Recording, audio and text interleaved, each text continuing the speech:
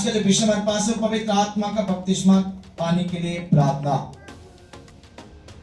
आप जानते हैं एक हम संगत में नामदान लेते हैं, संगत में जाते हैं नामदान लेते हैं, हिंदी भाषा में बोलते हैं नामदान और बाइबल के द्वारा बोलते हैं बपतिस्मा। एक बपतिस्मा एक इंपॉर्टेंट वर्ड है। बपतिस्मा एक खास शब्द एक चीज है जो परमेश्वर के ग्रंथ से मेरे जीवन में होना बहुत जरूरी है और इसके बिना हम अपने जीवन में उस आत्मिक जीवन में अधूरे हैं। जैसे एक बात मान लीजिए, मैंने अभी आपको पूछा था कि अगर शरीर आपको शरीर को ठीक रखने के लिए क्या चाहिए, खाने के लिए आपने बोला, अलग तरीके से आपने बताया। उसी प्रकार एक आत्मिक जीवन में जो इंसान परमेश्वर के नाम से बपतिस्मा नहीं ले रहा है, नहीं ले चुका है, लेने का मन नहीं है, वो भी आज अधूरा है। यानी मतलब आप अपनी आत्मा का ध्यान नहीं है, अपनी आत्मा में केयरफुल नहीं है आप। जैसे शरीर के लिए अच्छा भोजन चाहिए, अच्छे कपड़े चाहिए, अच्छी फैशन चाहिए, उस प्रकार परमेश्वर का पवित्र आत्मा को अगर आपके जीवन में है तो उसको और भी ठीक रखने के लिए परमेश्वर का बपतिस्मा लेना जरूरी है। और उसके साथ परमेश्वर के वचन का समझ रखना बहुत ज्यादा जरूरी है और उसके साथ उसकी संगति में रहना ज्यादा जरूरी है। इसलिए प्रिय लोगों याद रखिएगा, ये बपतिस्मा के बारे में जो बताया जाता है, दुनिया के लोग सोचते हैं होंगे नामदान लेकर कितने लोग आज भी संसार के काम कर रहे हैं, उनके कुछ नहीं बिगड़ा। मैं आपको कान खोल के सुनिए, तवाह की बात बता दूं, परमेश्वर के बारे में डर नहीं है, ये रियल बात है। जो परमेश्वर के नाम से बपतिस्मा लेकर या परमेश्वर के लिए धोखा दे रहे हैं, उनका परमेश्वर इस प्रकार का नाश करेगा, वो देख भी नहीं पाएंगे। लिखा हुआ बाइबल के अंदर, मैं नहीं कह रहा उनके ऐसा विनाश होगा, वो अपने दिमाग में भी नहीं सोच रहे होंगे कि मेरे संग ऐसा क्यों हो गया, कैसा हो गया, कब हुआ, समझ नहीं पाएंगे। इसलिए बपतिस्मा लेना इंपॉर्टेंट भी है और बपतिस्मा के बाद जीवन जीना भी बहुत जरूरी है। खास है बपतिस्मा और खास है उसका जीवन जीना। आज भी लोगों नौकरी मिल जाए, गवर्नमेंट जॉब, जो इंसान जॉब के पीछे भगता है, दुनिया के हर इंसान जॉब के पीछे लग रहे हैं।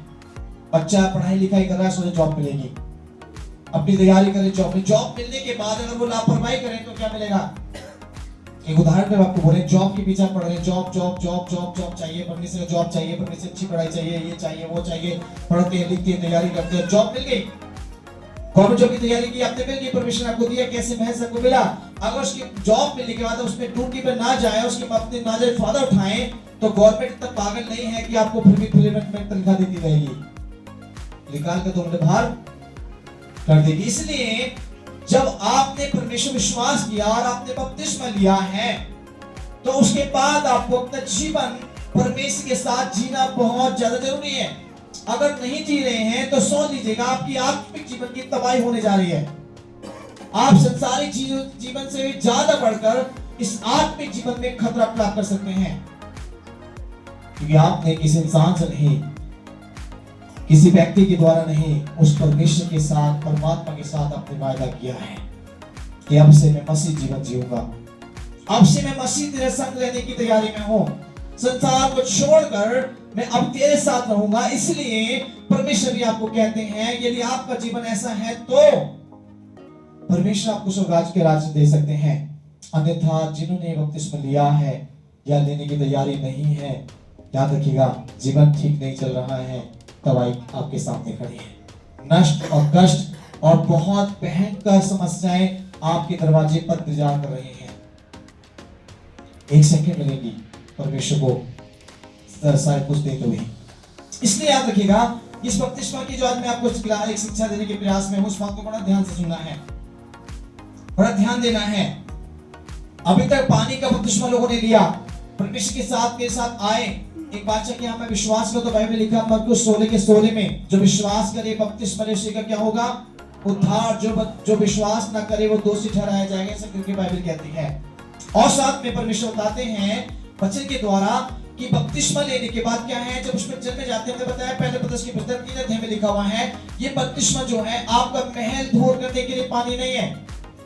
यहाँ पानी में जाना, जो सोचते बहुत सारे पानी में गए, क्या दिया गुरु जी ने, क्या करा होगा, ऐसे पानी में ढुका दिया, कोई बपतिस्मा होता है? अरे कितने लोगों ने दिया, ऐसा कुछ नहीं होता, सब बेकार बात है ये। कितने गंगा जी नहाए हम तो कितने वहां पर करके आए, क्या तुम्हारा कुछ बिगड़ा? नहीं बिगड़ा। लोग आप खूब गंगा नहाए होंगे, जमुना नहाए होंगे, तीर्थ गए होंगे, सब कुछ करा, पर वो जल, वो पानी की बात नहीं की जा रही है। यहाँ एक परमेश्वर के वचन का वाचा की बात की जा रही है। वहां गंगा जी में नहाते समय आपको ग्रंथ पढ़ के नहीं सुनाया गया होगा, आपको तीर्थ यात्रा के समय आपको ग्रंथ पढ़ के नहीं समझाया गया होगा, आपको घर में किसी प्रकार का वायदा बताया गया तो उसमें ग्रंथ पढ़ के नहीं समझाया गया होगा।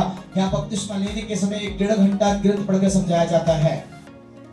1.5 घंटा आपको परमेश्वर के बारे में समझाया जाता है कि ये बपतिस्मा ऐसा है भैया, ऐसा है, ये करना है, वो करना है, ऐसा नहीं करना, वैसा नहीं करना, सब समझाया जाता है। जब भी आप जानने के बाद जब उसमें पानी में जाने से पहले पूछा जाता है क्या अभी भी आपका मन है या नहीं, क्या इसमें जाने की तैयारी है, नहीं तो वापस जाइए।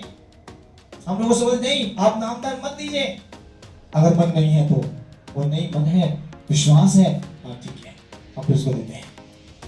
तो उसमें जाने के लिए बोला वो पैर पानी में जाना महल धोना नहीं है, परमेश्वर को क्या करते पवित्र जानकर एक पवित्र जल के द्वारा संस्कार करते हैं।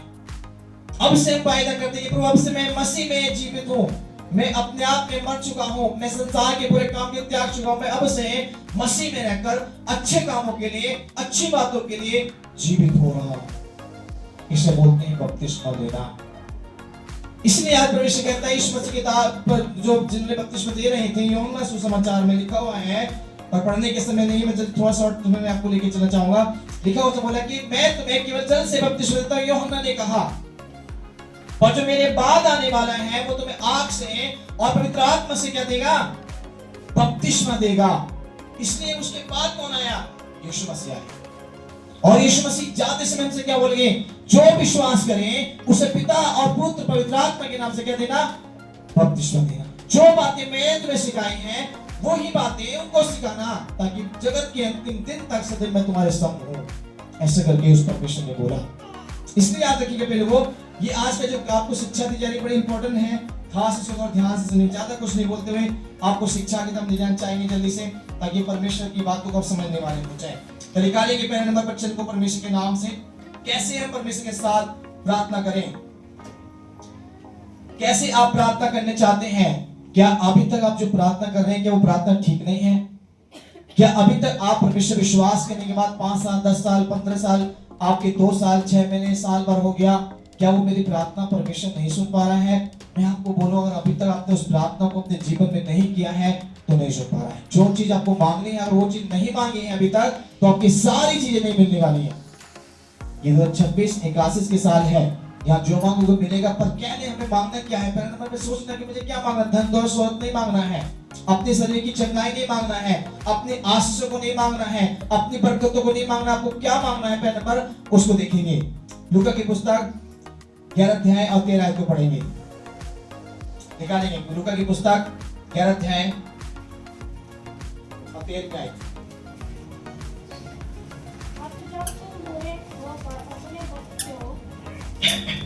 हाँ पढ़े। अच्छी वस्तुएं देना जानते हो, हाँ तो स्वर्गीय पिता अपने मांगने वालों को पवित्र आत्मा क्यों नहीं देगा? वैसे यहाँ परमेश्वर से बताता कि जब यहाँ हमने देखा कि एक परमेश्वर एक उदाहरण दे रहे हैं एक संसारिक पिता के बारे में। मान लीजिए मैं एक पिता हूँ, मैं एक माता हूँ, मेरी बेटी या मेरा बेटा मुझसे खाने के लिए जब मेरे पास आए या कुछ चीज मुझसे मांगे, हम एक बुरे होने के बाद भी, संसारिक जीवन जीने के बाद भी, संसार के व्यक्ति के लिए परमेश्वर बोलता है वो अच्छी वस्तु उसको देता है। जब वो उसका पिता के बोलता है, उसका बेटा के बोलता है कि पापा मुझे ये चीज चाहिए, तो उसके पिता जो है उसको कोई बुरी चीज नहीं देता। क्या देता है? उसको अच्छी वस्तु देता। बोलता है बेटा पैसा चाहिए तो उसको पत्थर नहीं देगा, या उसे खाने के लिए मांगे तो उसे पिचकारी को सच्चाई चीज गलत चीज नहीं देगा, उसको वही चीज देगा जो उसके लिए अच्छी होगी। उसी प्रकार मेरा और आपका स्वर्गीय पिता भी क्या कहता है, यहाँ लिखा हुआ है परमेश्वर वचन के द्वारा बताते हैं परमेश्वर कि जब तुम पिता से परमेश्वर से पवित्र आत्मा मांगोगे तो क्यों ना देगा। क्या आपने पवित्र आत्मा मांगा प्रभु से? हम चंगाई बहुत मांगते हैं, अपने घर की बरकतें बहुत मांगते हैं, मेरी बीमारी ठीक हो जाए ऐसे कि रोज रो के प्रार्थना करते होंगे। आप परमेश्वर मेरे कर्ज पड़ जाए आप रो रो के प्रार्थना करते होंगे। परमेश्वर में अच्छा काम चलने लगे ये आप रो रो के प्रार्थना करते होंगे। प्रभु मेरे घर में आशीष आ जाए आप रो रो के प्रार्थना करते होंगे। बट क्या आपने पहले उन चीजों को मांगा जो आपके लिए इंपॉर्टेंट है? एक उदाहरण आपको देना चाहता हूँ। बैंक का खाता क्यों खुलवाते हैं बताइए? बैंक के अंदर खाता क्यों खुलवाते हैं? आजकल हर किसी के पास अकाउंट है, क्यों खुलवाते हैं? आप पैसे उसमें डालते हैं, उसकी एक लिमिट है। आप 1000 से नीचे निकाल कम कर सकते हैं या 500 से बिल्कुल कम नहीं कर सकते। मैं तो कम से कम बता रहा हूँ, तब तो ज्यादा है 2000-2500 तक के लिए लिमिट हो चुकी है लोगों की बैंक में। इतने से कम नहीं करना, इससे कम होगा तो आपका खाता बंद। क्या होता है तब का खाता अकाउंट बंद हो जाएगा, ऐसा करके गवर्नमेंट ने अलाउ किया हुआ है। आपके बैंक के अंदर अगर मान लीजिए आपने 3 साल से पैसे नहीं डाले तो आपका अकाउंट बिल्कुल बंद हो चुका, आपका नाम कट जाएगा बैंक से। होता नहीं होता? गवर्नमेंट अलाउ है नहीं इस चीज की बातें में। आपने जीरो बैलेंस करा हुआ आपके खाता का, जबकि 2500 वाला सेविंग खाता है आपका, करंट खाता है आपके पास। अगर आप इस प्रकार का खाते को, करंट खाते को, सेविंग खाते को आप बिल्कुल जीरो पे रखे हुए हैं, 3 साल का टाइम होता है, 3 साल के बाद आपका अकाउंट से बंद हो जाता है। क्यों? अकाउंट को खुलवाने का हमारा एक रीजन होता है कि जो थोड़ा सा पैसा निकाल कर उसमें डालें, ताकि आने वाली समस्याओं से, आने वाली बातों से अपनी फैसिलिटी को पूरा कर सकें, ताकि आने वाली कोई दिक्कत हम पर हो तो तुरंत पैसे को निकालें और अपने काम को कर सकें। इसलिए उस अकाउंट को निकालते हैं, बनाते हैं, खुलवाते हैं, ताकि मेरे घर में जो पैसा मुझ पे बच नहीं पाता है इसने अकाउंट में डालूंगा। आजकल तो सोना चांदी का भी लॉकर है, सोना चांदी घर में रखनी होती है, वहां जाके बैंक में रख दो, ऐसे करके बहुत सी बातें नहीं, बट सब कुछ सुविधाएं दुनिया में है। बट इसी प्रकार परमेश्वर भी कहता है कि आपको जो चीज रखनी है, पहले आपके जीवन में एक अकाउंट को खुलवाना है। वो अकाउंट क्या है? आप अपने जीवन में एक अकाउंट को, जो आत्मिक जीवन का अकाउंट है, खाता है, आप उसको नहीं खोल रहे हैं। बस खाली कुछ मांग रहे को दे दो दे दो दे दो, कैसे देगा? बैंक में जब अकाउंट नहीं है आपका तो आप पैसे कैसे जमा कर सकते हैं? आप जब आपका अकाउंट खत्म हो चुका है तो दोबारा खुलवाने की जरूरत पड़ेगी। सोचिए दिमाग से, जो मैं आपको समझाने के प्रयास में आज। इसीलिए आत्मा तो आपको मिला है, अकाउंट तो आपके अंदर है, पर उसमें आप सेविंग करना नहीं जानते। उसमें अपने परमेश्वर की आत्मा को तो आपको मिला है, अकाउंट तो परमेश्वर ने खोल दिया विश्वास के द्वारा। मेरा और आपका जो विश्वास है वो मेरे परमेश्वर के आत्मिक जीवन का एक खाता खुल गया है, अकाउंट खुल चुका है। इसीलिए विश्वास के द्वारा खुल तो गया है, पर उसके अंदर कुछ सेविंग रखने के लिए कुछ दिन की लिमिट है, कुछ नियम है परमेश्वर के। जैसे गवर्नमेंट के पास भी नियम है, उस प्रकार हमारे परमेश्वर के पास भी नियम है। प्रार्थना में बने रहो, वचन में बने रहो, संगति में बने रहो, क्रोध, विरोध, ईर्ष्या, घमंड, विचार से बचे रहो। 10 ताबीजें वहां पर होती हैं, 10 प्रकार के नियम जो गवर्नमेंट देती है बैंक वालों को। उस प्रकार 10 प्रकार के वचन में 10 आज्ञा मुझे दी गई हैं, उनको मानो। आत्मा के 9 फल दिए गए हैं, मैं मानो। जब ऐसा जीवन जीते हैं, आपके अकाउंट में जो खुल गया खाता है वो बढ़ता जाएगा। इसलिए उन्होंने कहा मत्ती 6 अध्याय में, पृथ्वी में धन इकट्ठा ना करो, स्वर्ग में धन इकट्ठा करो।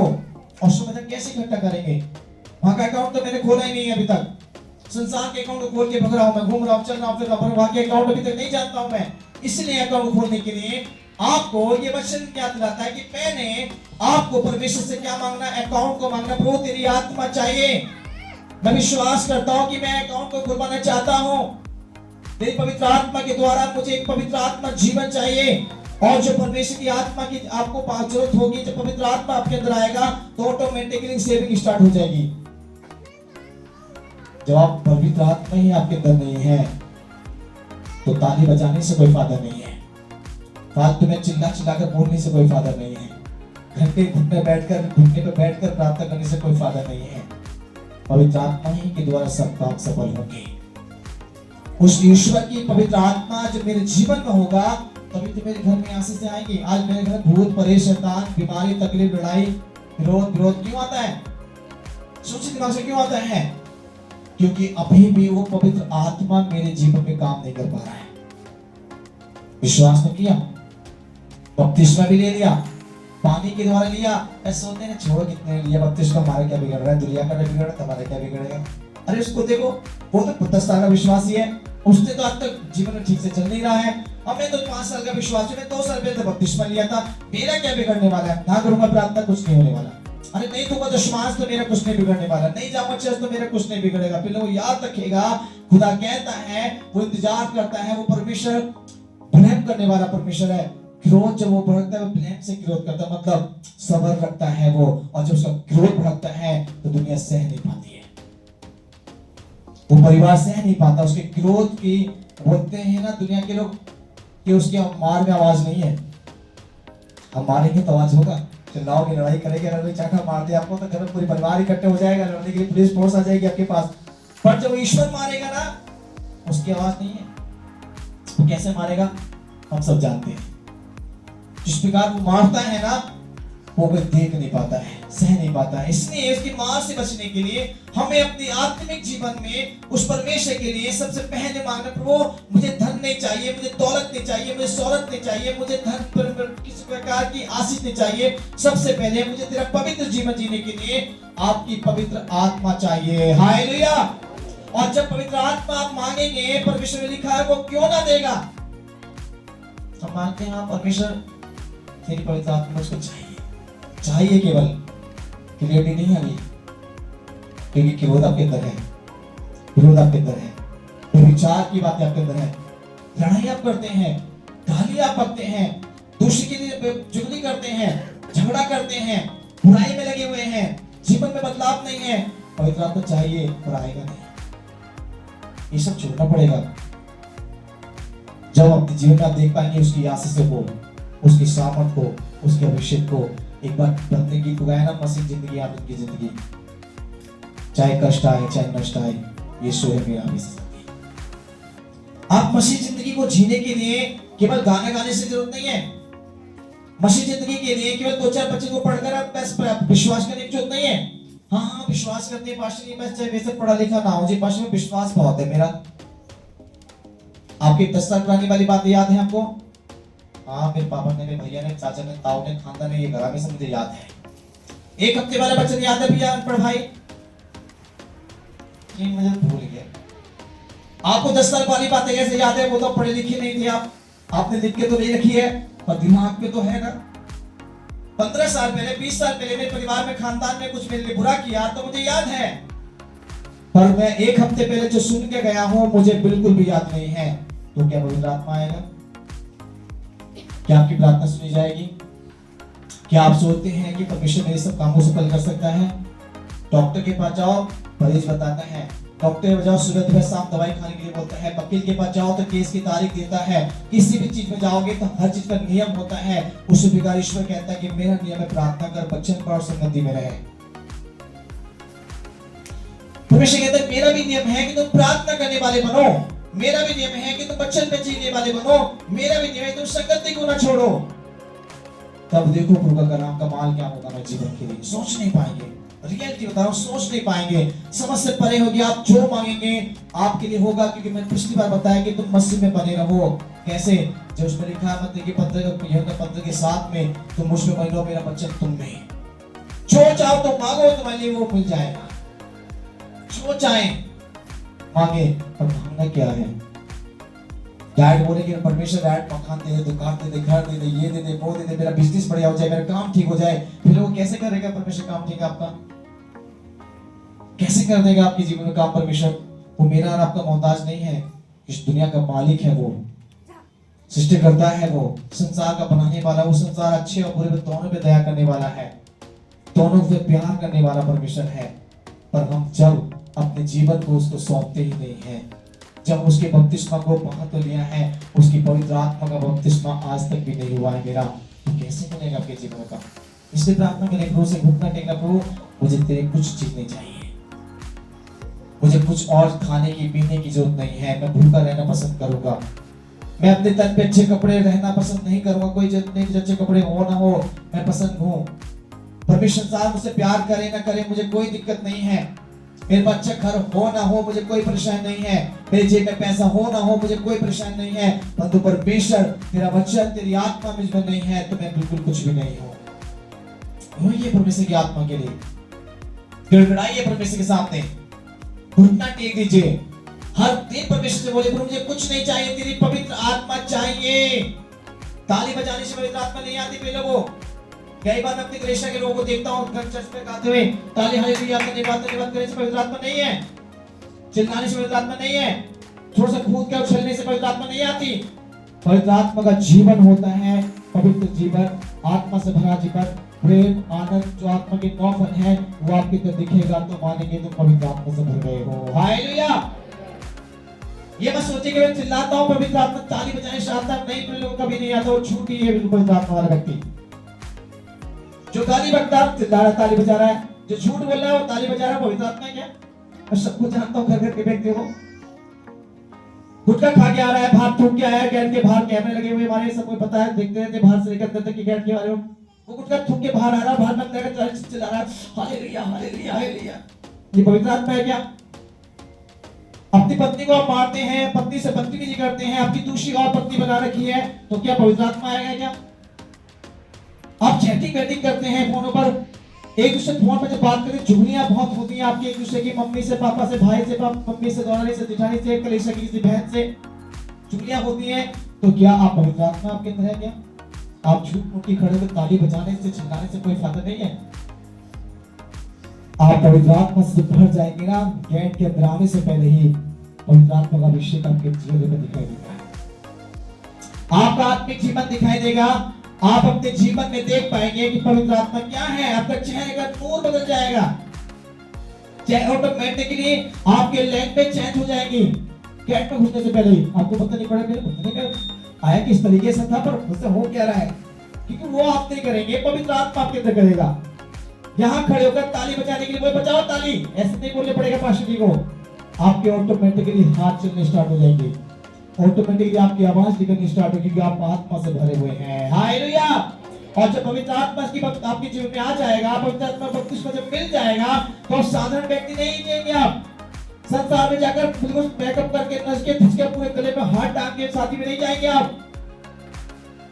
आपके स्टाइल, आपका पहनना ओढ़ना, चलना फिरना सब बदल जाएगा। लिखा हुआ है बाइबल में, मैं नहीं कह रहा हूं, पहले 15:3 में थे, वो पढ़िएगा जाकर, सब लिखा हुआ है। आपके जीवन में आपका पति आपको टाइट बोलता है तो गुस्सा होकर बैठने के लिए नहीं बोलेगा पवित्र आत्मा फिर आपको। परमेश्वर कहता है अंत के समय चलने में क्या करने वाला हूं, अपना सूप अपने हाथ में लेकर खड़ा हूं। सूप जानते हैं ना आप लोग, छाछ जिसको बोलते हैं, गांव तरफ बोलते हैं सूप जो होते हैं, इसमें गेहूं छापते हैं ना, और वो कहता है कि मैं क्या करूंगा, भूसे को अलग करूंगा और अनाज को अपने खत्ते में सजा कर रखूंगा। वो समय आने वाला है परमेश्वर का। तो परमेश्वर भीड़ को नहीं क्या चाहता है, भीड़ को चाहता है। परमेश्वर भीड़ नहीं चाहता, भीड़ मतलब जो नीचे सिर झुकाकर चलते हैं, सो कुछ नहीं, मतलब केवल परमेश्वर तू ही चाहिए। आपने भीड़ को देखा क्या? भेड़ों को देखा आप लोगों ने? उसका सिर कैसा होता है, ऐसा रहता है क्या जब चलती है तो उसका सिर नीचे रहता है। बकरी को देखा आप लोगों ने? बकरी को देखा है?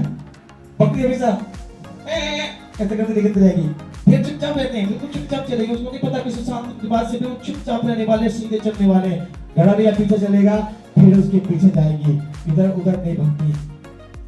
और बकरियां जो है ना, गड़िया को देखते ही, आग बजते ही भागना स्टार्ट कर देती हैं। इसी को बोलते हैं अच्छाई और बुराई का जीवन।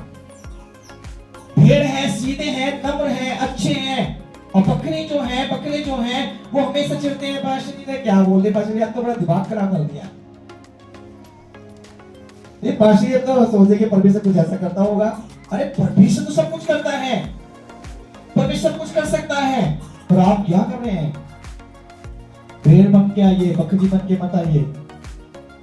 भेड़ वाला जीवन देखिए अपने जीवन में। यीशु मसीह भेड़ से प्यार करते हैं, बकरी बकरों से नहीं प्यार करते हैं। वो आशीष देंगे मुझे हर चीज की, आपको खाने से लेकर पहनने तक, रहने से लेकर हर चीज की आशीष देंगे। लिखा हुआ है बाइबल में, हर बात को परमेश्वर आपके जीवन में देंगे। घर भी देंगे, मकान भी देंगे, दौलत भी देंगे, शोहरत भी देंगे, सब देंगे, पर मुझे कुछ करना होगा। परमेश्वर से प्रार्थना, उसकी आत्मा को मांगना है। उसने कहा एक बुरा पिता होकर अच्छी वस्तु जान सकता है वो व्यक्ति, तो वो मेरा स्वर्गीय पिता है, मैं जिससे आत्मा मांगूंगा तब क्यों ना देगा मुझे वो। आप मांगे तो सही, परमेश्वर के साथ में आपको मिलेगा। समझ में आ रहा है मतलब?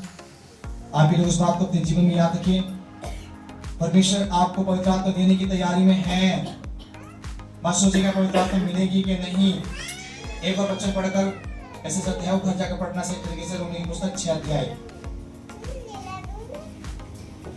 इस सबके हेडिंग में लिखी थी, पहली हेडिंग थी विश्वास करें, परमेश्वर से मांगे, है ना। दूसरी हेडिंग है समर्पण, अपने जीवन को पूरी तरह से परमेश्वर को सौंप दें। समर्पण दूसरी हेडिंग है समर्पण के बारे में। पवित्र आत्मा, रोमी की पुस्तक 6 अध्याय 1 से पढ़ें। तो हम क्या करें? क्या हम पाप करते रहें कि अनुग्रह बहुत हो? कदापि नहीं। हम जब पाप के लिए मर गए तो फिर आगे को उसमें कैसे जीवन बिताएं? परमेश्वर बताता है इसको आप लोग पढ़ दीजिए, इसको मैं थोड़ा सा बताऊंगा, इसलिए कि मत पढ़ लीजिए, ज्यादा मत पढ़िए, 12 तक पढ़ दीजिए।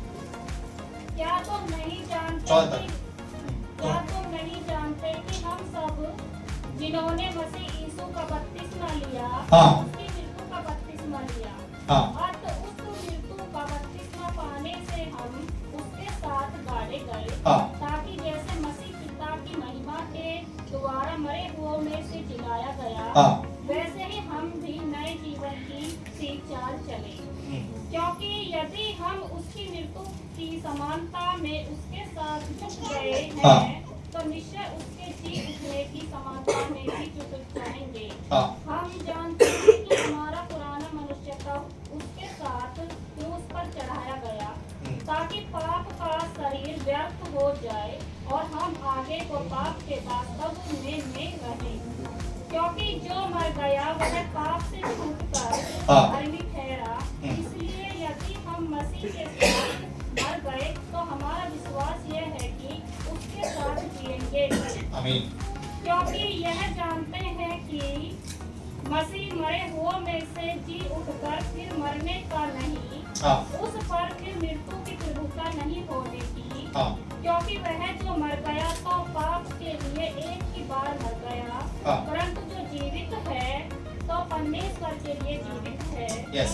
ऐसे ही तुम भी अपने आप को पाप के लिए तो मरा, परंतु परमेश्वर के लिए मसीह यीशु में जीवित समझो। Yes. इसलिए पाप तुम्हारे नश्वर शरीर में राज्य न करे हाँ। कि तुम उसकी लालसाओं के अधीन रहो। हाँ। और मैं अपने अंगों को धर्म के हथियार होने के लिए पाप को सौंपो हाँ। और अपने आप को मरे हुओं में से जी उठा हुआ जानकर परमेश्वर को सौंपो।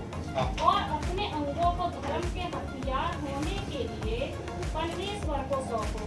तब तुम पर पाप की प्रभुता नहीं होगी, क्योंकि तुम व्यवस्था के अधीन नहीं वरन अनुग्रह के अधीन हो। आमीन। तो आज मेरे को मैं सुना कि अगर को घर जाके अच्छे अध्याय वो सही तरीके से पढ़िएगा, रोमी की पुस्तक में से सारी इंपॉर्टेंट बातें आपके लिए हैं। बपतिस्मा के बाद कैसे जीना, बपतिस्मा से पहले कैसा जीवन था, है ना। इसमें 3 बात मैं आपको पढ़ने से पहले आयत को और उसकी 10वीं आयत को और 14 आयत को पढ़ेंगे। क्योंकि पहले आयत को पढ़ेंगे दोबारा से। तो हम क्या करें? हाँ। क्या हम पाप करते रहें? हाँ। कि अनुग्रह बहुत हो? इसलिए परमेश्वर क्या कहता है, क्या करें हम क्या करेंगे, पाप में न गिरें। जैसा जीवन जी रहे हैं कि ऐसे जीवन जीते रहे हम लोग, क्रोध करना, गाली बकना, झूठ बोलना, झगड़ा करना, मसीह में आने के बाद विश्वास करने के बाद भी ऐसा जीवन जी रहे हैं, तो क्या ऐसे जीवन जीने जो है। तो परमेश्वर क्या कहता है, उसमें लिखा हुआ है, तो हम क्या करें, क्या पाप के लिए ऐसे करते रहे। और परमेश्वर कहता है के द्वारा उसमें क्या है, उसका अनुग्रह हमारे बहुत है, उस परमेश्वर का अनुग्रह उसने मुझ पे किया है। इसलिए पाप का जीवन हमें बंद कर देना चाहिए।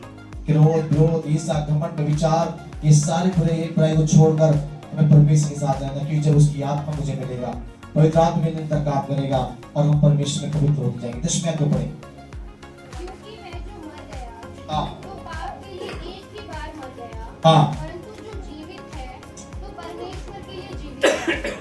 वैसे यहाँ याद रखिए, परमेश्वर जो एक बार मर चुका है वो पाप के लिए मरा है। मतलब कैसे मरना, परमेश्वर इसे मारने की बात नहीं कर रहे आपको। जो बपतिस्मा लेते हैं, नामदान लेते हैं, परमेश्वर को विश्वास करते हैं कि उसके लिए बुरे कामों के लिए मर गया है वो व्यक्ति, अब उसके अंदर बुरा काम कुछ भी नहीं है, वो परमेश्वर पवित्र हो चुका है, एक बार मर चुका है। और अब जो जीवित है तो परमेश्वर के लिए जीवित है, मसीह के लिए जीवित है। इसलिए अपने जीवन में याद रखिए कि मैं संसार का नहीं, यहाँ परमेश्वर का हूँ।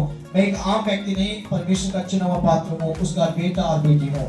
अब मेरा बाल बाका करने वाला शैतान मेरा कुछ नहीं कर सकता। शैतान की हिम्मत नहीं है कि मुझे छू सके, बीमारी की हिम्मत नहीं कि मुझे छू सके, परेशानी की हिम्मत नहीं मुझे छू सके। अगर आप भी जाए तो उसका मेरे लिए मृत्यु की तक लेके जाने की इसकी कोई भी ताकत नहीं है कि मेरा परमेश्वर मेरा रक्षक है। मैं मृत्यु तक नहीं जाऊंगा जब तक परमेश्वर की मर्जी ना हो। बाइबल लिखा है तुम मर भी जाओगे तो भी परमेश्वर में जीवित करेगा, ये बात भी परमेश्वर कहती है। इसकी 14 आयत को पढ़ेंगे। तब तुम पर पाप की प्रभुता ना होगी, हाँ। क्योंकि तुम व्यवस्था के अधीन नहीं हाँ। और अनुग्रह के अधीन हो। वैसे यहाँ परमेश्वर कहते हैं तब तुम में क्या नहीं होगी, पाप का प्रभुता तुम्हारे ऊपर नहीं, क्योंकि आप अपने आप को समझ जाएंगे कि मैं अब मसीह में जीवित हूँ, संसार के लिए मर चुका हूँ। बपतिस्मा के बाद पुराने काम, पुरानी चीजों को छोड़ चुका हूँ, अब मैं मसीह में जीवित हूँ। अब छोटी सी गलती को भी मत करिए अपने जीवन में, अनजाने में हो जाए तो खुदा से माफी मांग लीजिए।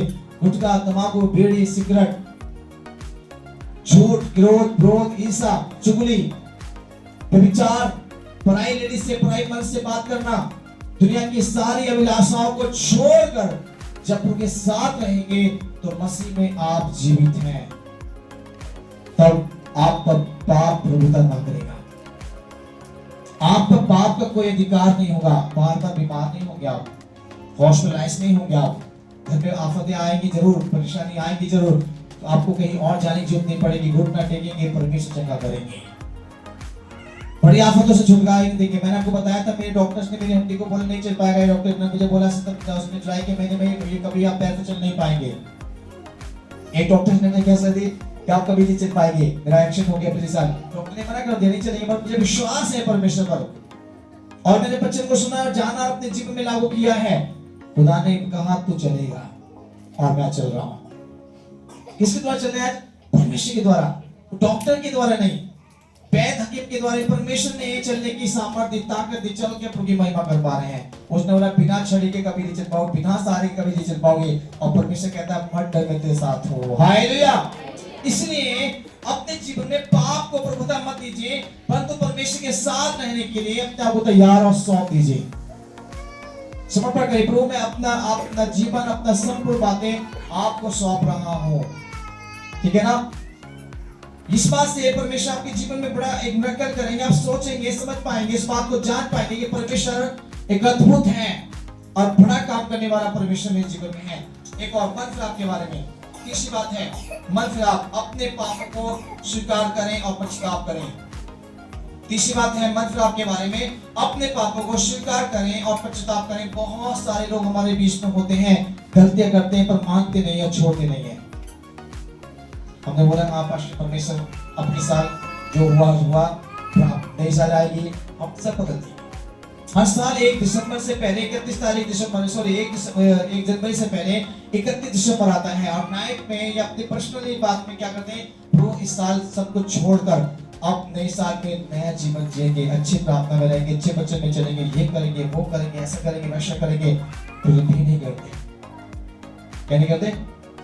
हम पाप को मानते जरूर हैं पर छोड़ते नहीं। बाइबल क्या जो अपने पाप मत ये नीति वचन की पुस्तक 28 अध्याय उसकी 13 में कहती है, जो अपने पाप को मान ले और छोड़ दे उस पर दया की जाएगी, और जो ना माने वो परमेश्वर कहता है, और वो करे अपने मन में, अगर अपने मन में बलवा करें, अपने मन को कठोर करें, तो परमेश्वर वो व्यक्ति क्या पड़ेगा? विपत्ति में पड़ जाएगा। लिखा हुआ है परमेश्वर वचन में, इसलिए परमेश्वर बताते हैं दोबारा इसको पढ़ेंगे मत्ती के तो काम 2:38, तो काम 2:38 पढ़ेंगे। हाँ, तो काम 2:38 में जल्दी से पतरस ने उनसे कहा, हाँ। मन फिराओ और तुम में से हर एक अपने अपने पापों की क्षमा के लिए हाँ। यीशु मसीह के नाम से बपतिस्मा ले, तो तुम पवित्र आत्मा का दान पाओगे। बस यहाँ परमेश्वर के दास पतरस ने भी कहा, मन फिराओ, हर एक व्यक्ति अपने अपने पापों के पश्चाताप करो, तो बपतिस्मा लो, तो निश्चय तुम क्या करोगे? परमेश्वर की आत्मा का दान को पाओगे। पवित्र आत्मा आपके अंदर आएगा। बपतिस्मा लेने के बाद, बपतिस्मा से पहले आपको पवित्र छू सकता है पर रह नहीं सकता।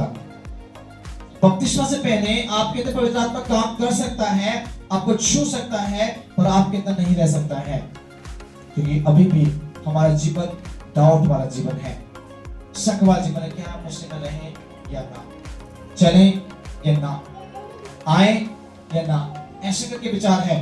विश्वासी जो बपतिस्मा नहीं ले रहा उसके में क्या होगा? देखेंगे, सोचेंगे, देखें कर रहे हैं तो कर ले रहे, तो कोई बात ना, बट ऐसे विचार होते हैं। बट बाइबल कहती है विचार के लिए नहीं, बाइबल का जो विश्वास से मांगोगे वो तुम्हें मिलेगा। मन में शक देना करो, डाउट मत करो। ये शब्द प्रूफ मैं अपना जीवन आपको दे रहा हूं, पास्टर जी को नहीं, चर्च को नहीं, किसी व्यक्ति को नहीं, मेरा जीवन आपने दिया है, इसलिए मैं अपना संपूर्ण जीवन आपको दे रहा हूं, क्योंकि आप मेरे रखवाले हैं, मेरा चिंतक है, मेरे जीवन के कर्ता हैं। आपको छोड़ दूसरा मेरा नहीं है, और जब ऐसा सौंपते हैं वो देखता है ना।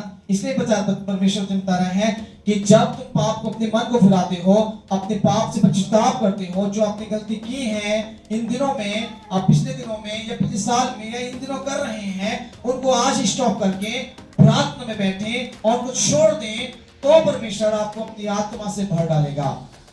अगर आपने नहीं छोड़े हैं तो मैंने पिछली बार आपको इब्रानी की पुस्तक 8 अध्याय पढ़ने के लिए बोला था। लोगों ने पढ़ा होगा, मालूम पड़ गया होगा, नहीं पढ़ा तो दोबारा पढ़ लीजिए, है ना। उसमें लिखा हुआ है उसके जीवन में अगर जानबूझकर पाप करते रहे तो कोई बलिदान बाकी नहीं मिलेगा उस व्यक्ति को बपतिस्मा लेने के बाद। जानबूझ के अगर पाप करते रहे, आपको मालूम है कुछ ना देखा जाएगा जब आगे यीशु मसीह नहीं करेंगे। दुनिया जा रही है पाप करेगा, वैसे एक पाप करे कोई बड़ी बात थोड़ी नहीं है। एक छोटा सा खमीर पूरे आटे को खमीर बना सकता है। एक छोटा सा खट्टा आपके कुंटल भरे दूध को फाड़ सकता है। तो आपकी छोटी सी गलती आपके पूरे परिवार को नष्ट और तबाही की तरफ लेके जा सकता है। आपकी छोटी सी गलती आपका पूरा खानदान तबाह हो सकता है। याद रखिएगा, छोटी सी गलती अपने जीवन में अगर बरकरार बना के रखे हुए हैं तो परिवार आपकी उन्नति पर नहीं जा सकता, आपके घर में आशीष नहीं आ सकती हैं, बरकतें नहीं आ सकती हैं। आप सब कुछ पाना चाहते हैं तो पवित्र आत्मा को पहले पाना स्टार्ट करें।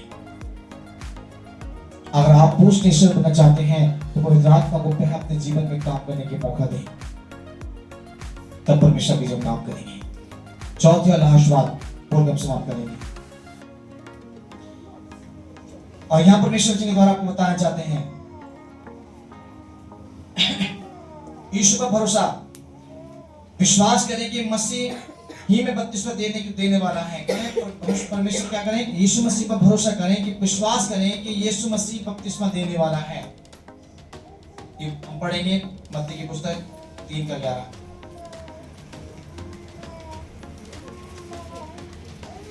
मत्ती की पुस्तक 3:11 पढ़कर समाप्त करेंगे। हाँ हाँ हाँ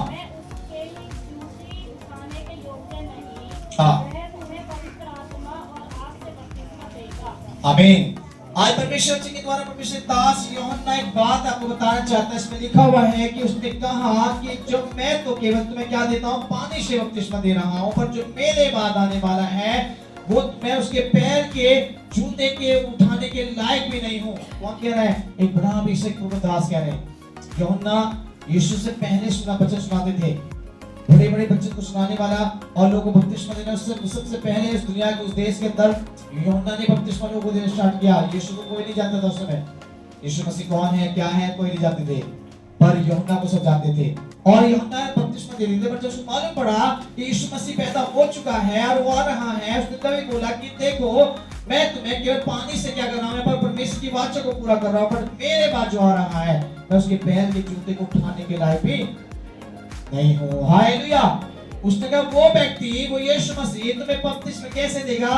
पानी का नहीं, वो तुम्हें पवित्र आत्मा और आग का बपतिस्मा देगा। और वो पानी का बपतिस्मा एक शुद्ध कर सकता है आपको, पवित्र आत्मा को अभिषेक करता है। हालेलुया। आग मतलब दुखों से निकालकर आपको सुख में रखने वाला परमेश्वर होगा, दुख में रखेगा परमेश्वर का बपतिस्मा। आग मतलब आपके जीवन में दुख तो आएंगे, कलेश तो आएंगे, बीमारी तो आएंगी, समस्या तो आएंगी, मुसीबत तो आएंगी, पर उसमें आपको पका कर मजबूत कर परमेश्वर आपको आशीष में कर देगा। हालेलुया। आज याद रखिएगा, मसीह में आने के बाद बहुत से लोगों को दुख आया, परमेश्वर ने मसीह में आने के बाद दुख जिसके ऊपर नहीं आया है वो अभी भी अभागा है। मसीह में आने के बाद दुख होना जरूरी है। आप सोचिए पहले तो दुख संसार में झूला था, मसीह में आके दुख झेलना है। हाँ भाइयों, मसीह में आने के बाद दुख झेलना है हमें, और दुख झेलने के बाद ये दुख किसकी तरफ से होता है? परमेश्वर की तरफ से होता है। परमेश्वर को मार कर, ठोक कर, बजा कर, पीट कर, आपको मजबूत करके शैतान के साथ टकरा करता है। देख अब मेरे बेटे को हाथ लगा कर। शैतान से क्या बोलता है यीशु मसीह? अगर तेरी हिम्मत है तो आप उसको टच करके देख, छू कर देख, हाथ लगाने पे चल जाएगा तू। मेरा बेटा अब अभिषेक और पवित्र आत्मा से भर चुका है। हालेलुया। दुखों से सामर्थ पा चुका है, अब उसको दुख कोई हाथ परेशान नहीं कर सकता, क्योंकि उसके अंदर ऑलरेडी परमेश्वर का मेरा अभिषेक उसके अंदर आ चुका है। छू के देख, शैतान से बोलता है हाथ लगाकर देख, उसके औकात नहीं, वो दूर से देख के बोलेगा भाई नहीं परमेश्वर का दास आ रहा है, बेटा आ रहा है, बेटी आ रही है उसकी, मैं इसके सामने खड़े नहीं हो सकता, क्योंकि तो भरा हुआ है आग से। इसलिए दुख आते हैं, बीमारियां आएंगी, और जो मसीह को समझ नहीं पाते हैं, समस्या लेकर नहीं छोड़ चर्च जाना, क्या करें, परेशानी बहुत चल रही है। जब से चर्च में जुड़े हैं तो और ज्यादा परेशानी बढ़ गई। शैतान घर में और परेशान करने वाले, तू एक पे एक सदा दिखला मुश्किल से पास निकाल के गए, अब देखो दूसरा शैतान घर में आ गया कि पहले तो हॉस्पिटल पे जाकर डॉक्टर ने ठीक ठाक करवा के आ जाकर, अब तो पता नहीं सबके सब बीमार होने लगे घर में, पता नहीं पता क्या हो गया। पहले इतने बीमार न रहेंगे, अब जब से चर्च में जाना स्टार्ट किया, जब से ज्यादा बीमारी आई है, जब से भूत हमारे घर में ज्यादा खेलने लगे हैं। आपको याद रखिएगा, परमेश्वर इस भूतों को भेजकर, बीमारी को भेजकर आपको मशहूर कर रहा है। आपको उदाहरण देकर समाप्त करना चाहिए। आपने कुम्हार देखे होंगे, नहीं देखे? कुम्हार देखे आप लोगों ने? कुम्हार मिट्टी को बर्तन बनाता है तो क्या डायरेक्टली बेच देता है बाजार में? बताइए, जब मिट्टी के बर्तन को बनाता है तो डायरेक्टली बोले ले जाओ भैया। उस मिट्टी के बर्तन को बनाने के बाद फिर इसको सुखाता है, धूप में सुखाता है। धूप में सूखने का मतलब है उसे सुखाकर उसकी जीवन की परेशानी को और बढ़ा देता है। ये तो मैं तो कीड़ेपन में उसको लगाता है, मैं मट्टी चाक को घूम रही, सोचा कुछ नहीं होगा, मट्टी सोचा अभी कुछ नहीं है, मैं तो अपनी वजह से चाक पे उतार के रह लूंगा। बस उसको धूप में रखता है, उसे तपत लगती है, गर्माश आती है, टेंशन आती है, चिंताएं आती है, समस्या आती है, वो सोचता है कि मैं अब उसका भी नहीं रहूंगा। ये मिट्टी की बात है। बर्तन जब उसको सुखाते उसको लगता है कि मैं अब बेकार हो जाऊंगा, पर उसके बाद उससे भी खतरनाक प्रयास में जाना पड़ता है, उसको भट्टी में डालता है। बर्तन को उसे और अच्छा करने के लिए, कुम्हार उसकी भलाई के लिए उसे कहां डालना चाहता है? आग में डालेगा, भट्टी में डालेगा, और उसे काफी दिन तक पकना पड़ता है, जलना पड़ता है, और जो बर्तन लाल निकलते हैं उसे कुम्हार बड़ा सफा करके उसकी कीमत बढ़ा देता है। इसकी कीमत भैया 1000 है, 500 है, 2000 है, 3000 है, और जो थोड़े काले पीले से हो जाते हैं भैया 100 में ले जाओ 200 में ले जाओ, उसी बर्तन को 500 में ले जाओ, कोई दिक्कत नहीं, वो काला पीला पड़ गया है। ऐसे जीवन है मेरा। परमेश्वर में आए, विश्वास किया, अब आपको धूप में रखेगा परमेश्वर। चिंता है कि भैया परेशानियां आएंगी, पास्टर जी बोलेंगे गाली मत पको, झूठ मत बोलो, झगड़ा मत करो, दारू मत पियो, गुटखा मत खाओ, ये मत करो, वो मत करो, वो मत करो। पास्टर जी सबको मना कर दिया है, बाइबल में मना कर दिया है। अब चिंता आएंगी। अब मेरे साथ फोन करे भैया शादी में ना रहे, ऐसा चर्च जाना पड़ेगा जी। पास्टर जी बोला फिर चर्च आके देखा कैसे होता है। पास्टर जी चर्च में जाके तो दुष्ट आत्मा खेलेगी, चर्च में जाएंगे दुष्ट आत्मा खेलेगी, और शादी में जाएंगे तो परेशानी आएगी। अब क्या करें सर, बीच फंस गया, चिंता बढ़ गई, इसलिए धूप में है। अभी वो कहां पर है? धूप में पड़े लगो। बीमारी आ गई, पता पड़ी पहले थोड़ा छोटे मोटे खांसी जुकाम है तो पता पड़ी बुखार में जा रहा है घर से। आज बेटा बीमार तो वो बीमार, के मम्मी बीमार, के चाचा बीमार, के वो बीमार, एक बीमारी और बढ़ गई है। ये बुखार जो है, बीमारी जो समझ से छोटी छोटी आ रही है, घर से निकल नहीं रही बीमारी, वो आप धूप में है। सुखाया जा रहा है परमेश्वर। घर की चिंता, बाहर की चिंता, कमाई की चिंता, खाने की चिंता, व्यापार में व्यापार हमारा डाउन हो गया, नौकरी में प्रॉब्लम आ गई, परेशानी बढ़ गई, पैसे की प्रॉब्लम, कर्ज वाला घर पे आ गया, बेइज्जती कर रहा है, फोन कर रहा है, हम टेंशन में हैं। ये सब आपको धूप में सुखाया जा रहा है। अभी तो इससे भी खतरनाक आग में जाना है, एक बड़ी समस्या का सामना करना है, तब वो कुम्हार उठाकर भट्टी में डालेगा। तब यीशु मसीह बोलेगा अब मैं तुझे बपतिस्मा तो मैंने पवित्र आत्मा का दे दिया है, पर अब आग का बपतिस्मा देने जा रहा हूं। संभाल अपने आप को, परख अपने आप को, चेक करके रख। जब वो आग में डालेगा बहुत परेशानी आएगी। अब बताएंगे जी चर्च में जाना बिल्कुल मत करो, तो बिल्कुल प्रार्थना कोई ना करे। क्या करें पाशी, उपवास करने की तो बहुत दूर बात है, प्रार्थना भी नहीं हो रही, चिंता पड़ गई है इतनी ज्यादा, बहुत ज्यादा टेंशन में। उस समय कैसे जी कर मर जाऊं, केवल लोग हमसे बोलते हैं ऐसा मन करता है मर जाओ, जब दुनिया में कुछ ना रखना बेकार है सब। आपको मालूम होना चाहिए कि अभी भट्टी में हैं आप। जब ऐसी समस्या जीवन में आने लगी, ऐसी हार्ड परेशानी आपके पास आने लगे, गंभीर मुसीबत में पड़ जाए, चारों तरफ से रास्ते बंद हो जाए, मसीह में आने के बाद भी रास्ता कोई खुलता दिखाई न दे, मुसीबत बढ़ने लगे, तो समझ लेना कि मैं अब भट्टी में हूं, आग के अंदर हूं मैं अब, और कुछ समय जीतने की जरूरत है। और कुछ समय के बाद परमेश्वर आपको अपने हाथ से निकालकर आपकी कीमत को बढ़ाने वाला है। हालेलुया। परमेश्वर आपके जीवन में वो काम करने जाने वाला है, सोच से परे की बात होगी। यहां तक कि थोड़ा सा दिमाग से, जब परमेश्वर को उठाने की तैयारी में होगा, मुसीबतें आएंगी। बोलते हैं गिरने से पहले घमंड आता है और महिमा पाने से पहले नम्रता आती है। आप नम्र जीवन को जीने की तैयारी, ये मत सोचिए अरे चर्चा ना बंद कर, छोड़ो एकदम मजा आपने जब ऐसा बोला, छोड़ दिया, चर्च नहीं आए, प्रार्थना में नहीं आए, बचपन में छोड़ दिया, प्रार्थना में छोड़ दिया, शैतान बोलेगा बेटा मैं तेरा पिता हूँ, मैं तेरे सब हूँ, टेंशन क्यों ले रहा है, चल मेरे साथ, तुझे दुनिया की सब चीज दूंगा, खाने को दूंगा, पहनने को दूंगा, यासी करवाऊंगा, दारू पी गुटखा खाता होगा, खूब खा, कुछ नहीं होगा तेरा, परमेश्वर झूठा है, तू मेरी संगति में रह, देख तुझे कहां लेके जाऊंगा।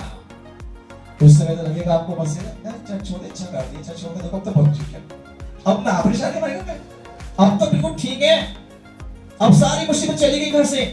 मसीह में जब तक चर्च में जाए जब तक परेशानी थी, क्योंकि आपने अपने आप को क्या करा, पूरा सही से पकड़ने नहीं दिया, आप बीच में से निकल के आ रहे हैं, आपको दूसरे व्यक्ति से बोला भैया आटा पकड़ ले मेरा, भैया निकाले पकड़े, अरे भैया बस के ना निकालो, आपने अपने हाथ को पकड़ किसी को दे दिया, किसी और व्यक्ति को अपने हाथ पकड़ा के निकल तो गए हैं आप, पर आप देख रहे हो वो व्यक्ति आपके संग क्या करने वाला है, जिसको आप अपना मान रहे हैं ना, जिसके लिए अपने परमेश्वर को छोड़ने की प्रयास कर रहे हैं ना, एक दिन बड़ी मुसीबत उसके द्वारा आएगी। बोले ना छोड़, अगर बोलती ना छोड़े जमाने जमाने का गम नहीं, खुदावन तेरा छोड़ना तो तुम क़यामत से कम नहीं। अगर दुनिया छोड़े, दुनिया रूठे, कोई दिक्कत नहीं, अगर परमेश्वर रूठ गया, परमेश्वर छूट गया, तो आपके जीवन में कहर आ जाएगा, समस्या का पहाड़ टूट जाएगा, और जिस व्यक्ति पर भरोसा करके चल रहे हैं एक दिन वो छोड़ के चला जाएगा, और फिर कहां जाएंगे, फिर किसके पास जाएंगे, कौन हमारा परमेश्वर बनेगा, कौन हमारा रक्षक बनेगा, कौन मुझे संभालने के लिए अपने हाथ को बढ़ाएगा। हमका अच्छा था उसको महान के जैसे मर्तन के समान भट्टी में पकते और कुमार अपनी मर्जी से मुझे निकालता तो मेरी कीमत बढ़ सकती थी। मैं अपनी मर्जी से चलने वाले बनूं तो मुसीबत में गिर गया हूं। याद रखिएगा, ये मुसीबतें परमेश्वर की ओर से आपके जीवन में, अगर आपकी ऐसी परिस्थिति चल रही है तो ये परमेश्वर की ओर से है। पति पत्नी की लड़ाइयां बढ़ रही हैं आपके जीवन में, परिवार की टेंशन आएंगे, लगेगा पति पत्नी तलाक कर लें, कभी कहीं के लगेगा अब हमें रहना नहीं है इसके साथ में, पसंद ही नहीं है मुझे लड़की, पसंद ही नहीं मुझे लड़का, अब नहीं चाहिए मुझे। जीवन बहुत सारी रुकावटें आएंगी, आप गंभीर परेशानी में होंगे, ये खुदा आपको पका रहा है, आपको भट्टी में डाल के पका रहा है आपकी कीमत बढ़ाने के लिए। और जब भट्टी से पकड़े, जितने लोग मुसीबत में सहते हैं, दुख में सहते हैं, कलेश में रहते हैं, फिर भी उसके साथ धन्यवाद करते हैं, उसकी संगति को नहीं छोड़ते, उसके साथ चलते हैं, याद रखिएगा प्रिय लोगों, मैंने आपको बताया कुछ लाल बन जाते हैं, कुछ काले पीले बन जाते हैं, कीमत दोनों की रहती है। हालेलुया। आपके जीवन की कीमत को बढ़ाने वाला कोई इंसान नहीं है, आपके जीवन की अहमियत को बढ़ाने वाला कोई इंसान नहीं है, आपके जीवन की कीमत और अहमियत को बढ़ाने वाला मेरा खुदा, वो परमेश्वर, वो ईश्वर है, जो आपको आज कहता है कि मत डर, मैं तेरी हर हमेशा तेरे संग रहूंगा। हालेलुया। आज परमेश्वर कहता है आपके जीवन के लिए, आपकी परिस्थिति को बदलने के लिए कहता है कि मैं तेरे संग रहूंगा। और फिर देखना आप लोगों, जब लाल बन के निकलोगे, लोग वही लोग देखेंगे भाई क्या था आज क्या हो गया है। इसकी कीमत बिल्कुल बेकार थी, मिट्टी का एक नाली का कीचड़ था, आज खुदा ने, उस परमेश्वर ने इसको नाली की कीचड़ से निकालकर एक महान स्टेज पर खड़ा कर दिया। यही वो परमेश्वर का जन है। लोग नाम से नहीं, आपके काम से पहचानेंगे, लोग आपकी बातों से नहीं, आपको पूछने के लिए लोग आएंगे और बोलेंगे भाई वो परिवार कहाँ है, जिन परिवारों के जीवन में बड़ा काम हुआ, हम चाहते हैं मिलना। जीवन ऐसा होगा, याद रखिएगा, केवल परमेश्वर की आत्मा यही बताना चाहती है, मांगना है तो उसकी आत्मा को मांगना है और किसी को नहीं। पवित्र आत्मा की बपतिस्मा लेने की तैयारी करिए, उसके अभिलाषा में दुनिया को भूल जाइए, ये दुनिया आपके काम की नहीं है। बाइबल लिखा हुआ है मत्ती की 6:33 में, धर्म और स्वराज की खोज कर तेरी सारी इच्छाएं पूरी करूंगा, तू सब कुछ तेरे लिए पूरा कर दूंगा, तू केवल परमेश्वर की बातों को ध्यान रख और उसमें आत्मा में बढ़ने वाले स्टार्ट हो जाएंगे, आपकी सारी काम में पूरे होते जाएंगे, तो आपको आशीष देने पाए। सर्व जय मसीह की।